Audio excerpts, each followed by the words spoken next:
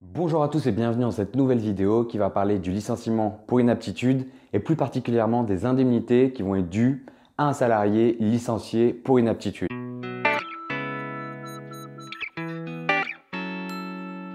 Alors avant de s'intéresser spécifiquement à la question des indemnités en cas de licenciement pour inaptitude, il faut voir 2-3 éléments pour mieux comprendre ce qu'on verra après.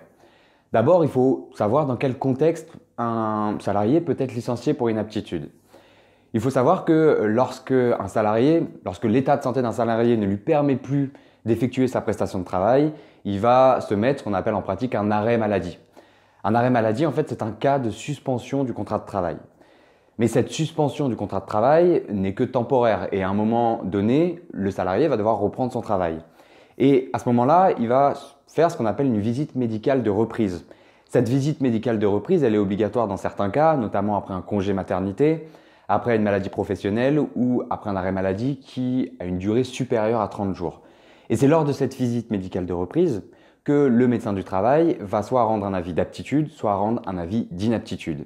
Il peut y avoir aussi parfois, mais on ne va pas en parler, des avis d'aptitude avec réserve, des avis d'aptitude partielle.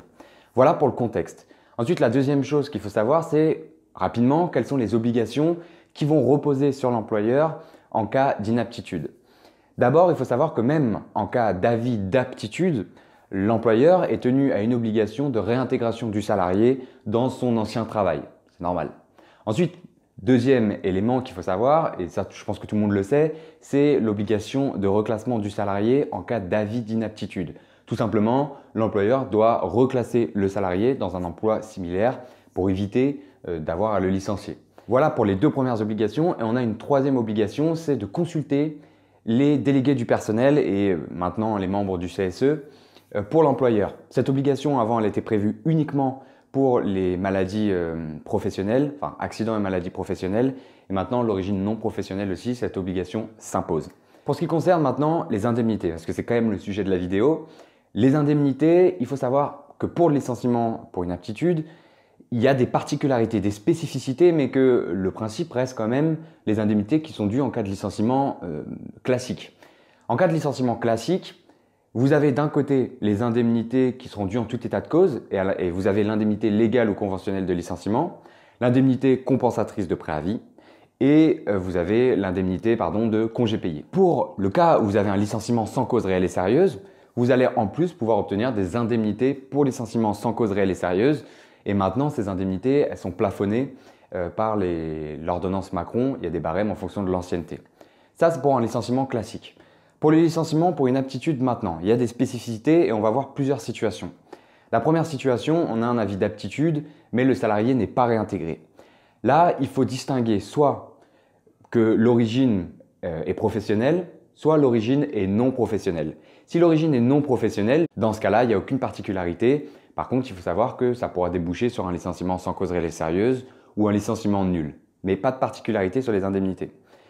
Si en revanche l'origine est professionnelle, on a une particularité puisqu'il y a un texte du Code du travail qui prévoit que l'indemnité ne pourra pas être inférieure à 6 mois de salaire. Ensuite, il faut distinguer la deuxième situation qui est dans le cas d'un licenciement pour inaptitude, mais un licenciement pour inaptitude qui est fondé, qui n'est pas abusif. Dans ce cas-là, on distingue encore origine professionnelle, origine non professionnelle. Si on est dans le cas d'une origine non professionnelle, là dans ce cas, encore une fois, il n'y a pas de particularité. Le licenciement est fondé, le salarié ne peut pas contester. Il aura droit à l'indemnité légale ou conventionnelle de licenciement, etc. Mais les indemnités classiques. En revanche, si c'est une origine professionnelle, là, même si le licenciement est fondé, le salarié a droit à ce qu'on appelle une indemnité spéciale de licenciement qui est en fait égale au double de l'indemnité légale de licenciement. Il aura le droit aussi en plus à une indemnité compensatrice de préavis alors même qu'il n'est pas en mesure d'exécuter son préavis. Donc il y a quand même des particularités. Ensuite, la dernière situation, c'est le licenciement pour inaptitude et un juge déclare ce licenciement comme étant abusif. Là, on distingue encore origine professionnelle, origine non professionnelle. Si on est dans le cas d'une origine non professionnelle pour l'inaptitude, dans ce cas-là, il y a quand même une particularité puisque la Cour de cassation nous dit que le salarié aura droit à l'indemnité compensatrice de préavis, alors même qu'il ne peut pas exécuter son préavis eu égard à son état de santé. Voilà pour cette particularité.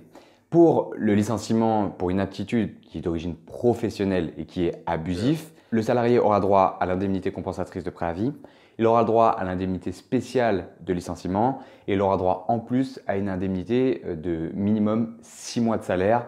Et puis s'ajouteront à ça les indemnités qui découleront de la rupture, de la nullité du licenciement, etc. Mais voilà pour les spécificités. Si vous avez des questions, n'hésitez pas à les mettre dans les commentaires. N'hésitez pas à mettre un pouce bleu en bas de la vidéo, à vous abonner, ça m'aide beaucoup. Merci d'avoir regardé la vidéo. Bye.